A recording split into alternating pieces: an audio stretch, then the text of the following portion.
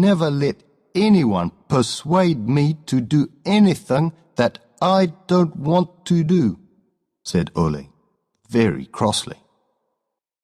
It's already happened, old friend. It's written all over your face. Be careful of Emmy. He has sold his soul, and will make you sell yours if you're not careful. That's stupid.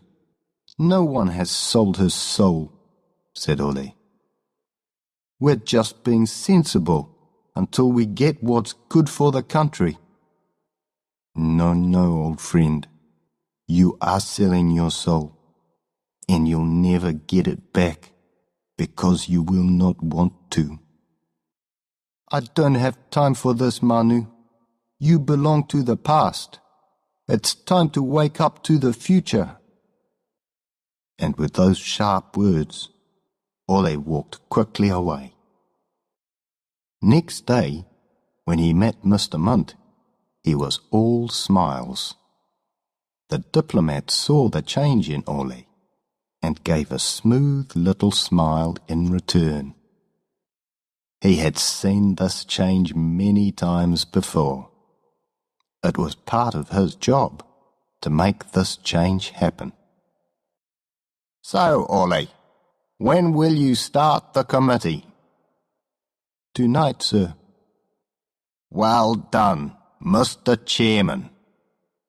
If your secretary writes me a letter, you'll get your first $2,000 in a month's time. Thank you very much, Mr. Munt. I'm most grateful. You're welcome. I've enjoyed doing business with you, Ole. You have a great future. If you need anything, just tell me. You know, the Pacific needs more people like you. Then these countries would develop faster than the speed of light. They shook hands, and as Ole opened the door, Mr. Munt called out, "Ah, yes. There will soon be a training course in Manila on collecting oral traditions. You should go. It will be good for you. I'll let you know in a few weeks." Thank you again, Mr. Munt. Don't mention it. I'm always happy to help. Goodbye for now. I hope you'll soon get a typewriter and filing cabinets. Ole sang quietly to himself on the way home, very happy. That evening, the Committee for the Collection of Oral Traditions was born. Ole was the chairman, his youngest brother was the secretary, and 3 friends became committee members. The committee began work immediately and wrote a letter to Mr. Munt, which was taken to the Mercy Building the next day. A month later, Ole received a check for $2,000 and a letter inviting him to go on a 6-week training course in Manila. He went, leaving his house in the care of his old aunt, who did not understand what he was doing. He found the training course hard to understand, and the nightlife in Manila was much more exciting. In fact, Ole had a very enjoyable time indeed, and in the 3rd week he had to visit a doctor who was most kind and understanding and gave Ole the necessary medicine. On his way home, Ole bought a typewriter in Sydney Airport and also ordered 4 filing cabinets, which would come to the island by ship. He was very pleased. His dream was coming true, and so quickly. As his plane landed at Tico Airport, he saw himself in the future. The president of the National Committee for Island Culture. When he finally arrived home, his old aunt greeted him with tears of happiness. "Ole, Ole, you're safe. Thank God those foreigners didn't eat you. You look so thin. What did they do to you?" "Don't worry, Auntie," Ole laughed. "Those foreigners don't eat people. They only shoot each other." "You look so sick. Did they try to shoot you too?" "I'm very healthy," Ole laughed, remembering his nightlife adventures in Manila. "What's the matter, Ole? Why are you laughing?" "The house looks very tidy," Ole said quickly. "Thank you for taking care of it. You are always very good to me."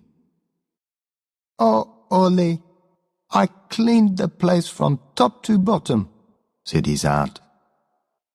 "You need a wife to clean up after you. Why don't you get married? You were always untidy, and you haven't changed. I threw out so much rubbish from your house." These words began to worry Ole a little. "You did you? And what did you do with my books?" "Books? What books?" "Those notebooks in the pile in the corner of the room."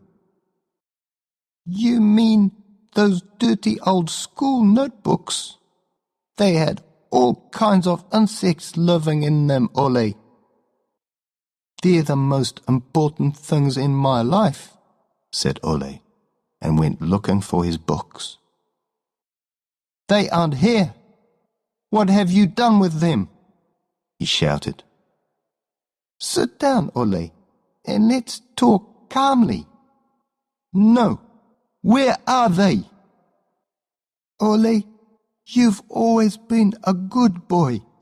Sit down and have something to eat.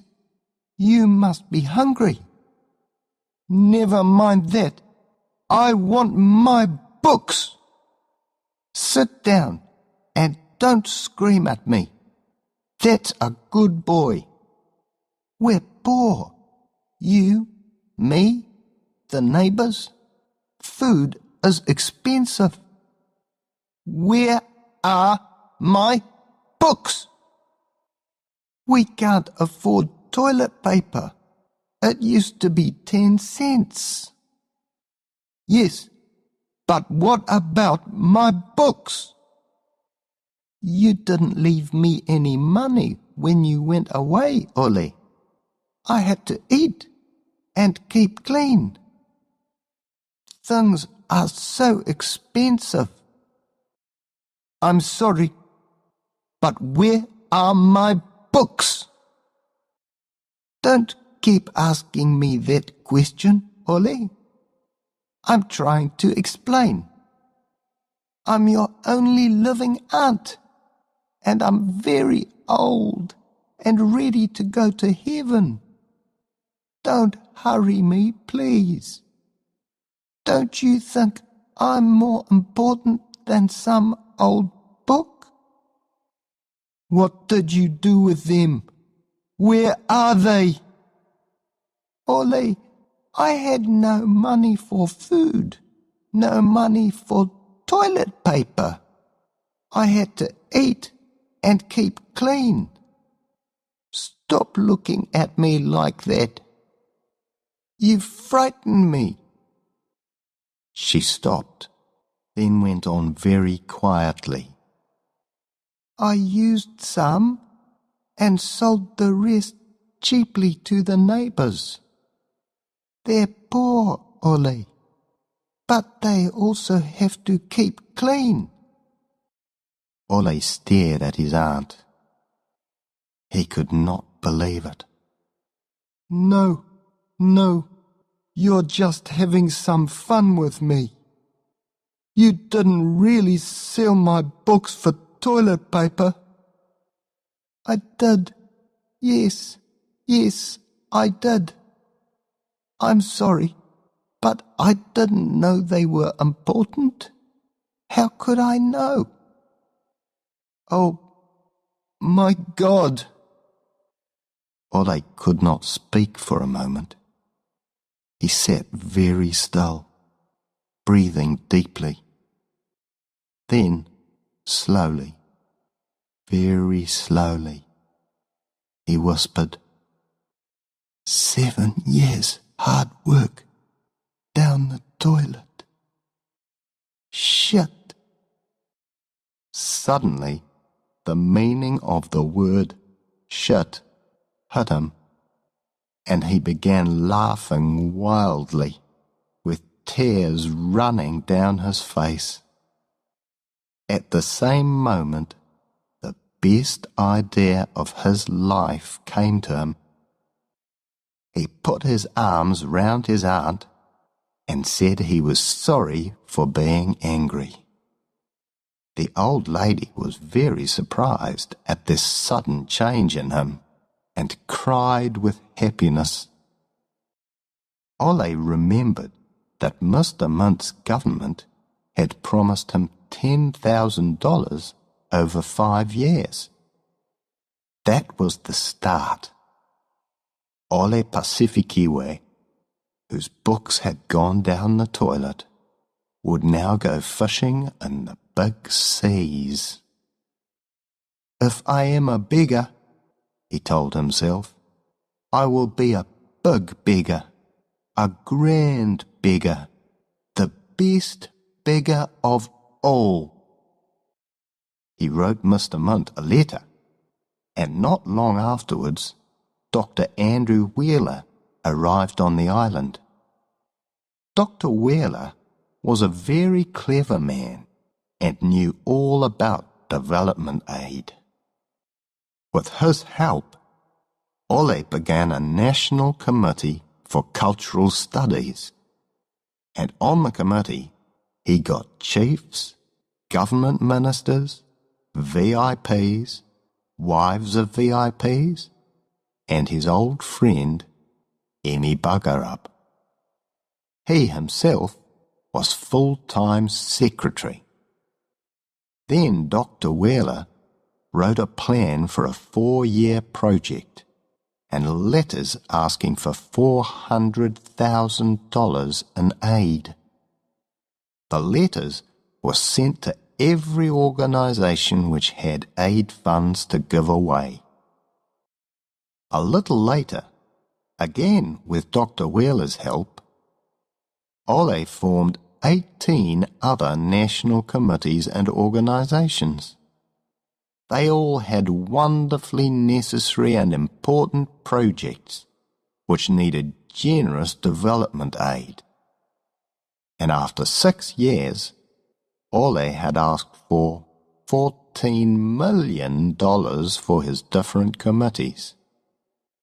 His name was now well known by all the important aid people in Brussels, The Hague, Bonn, Geneva, Paris, London, New York, Washington, Wellington, Canberra, Tokyo, Peking, and Moscow.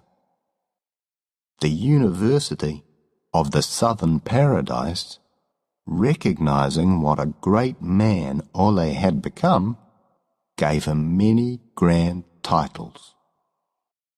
Ole Pacificiwe became an extraordinarily clever player of international aid games, enjoying every new rule and learning how to turn it upside down and inside out. His early worries about self-respect have disappeared, and he works hard at his full-time job of first-class expert beggar.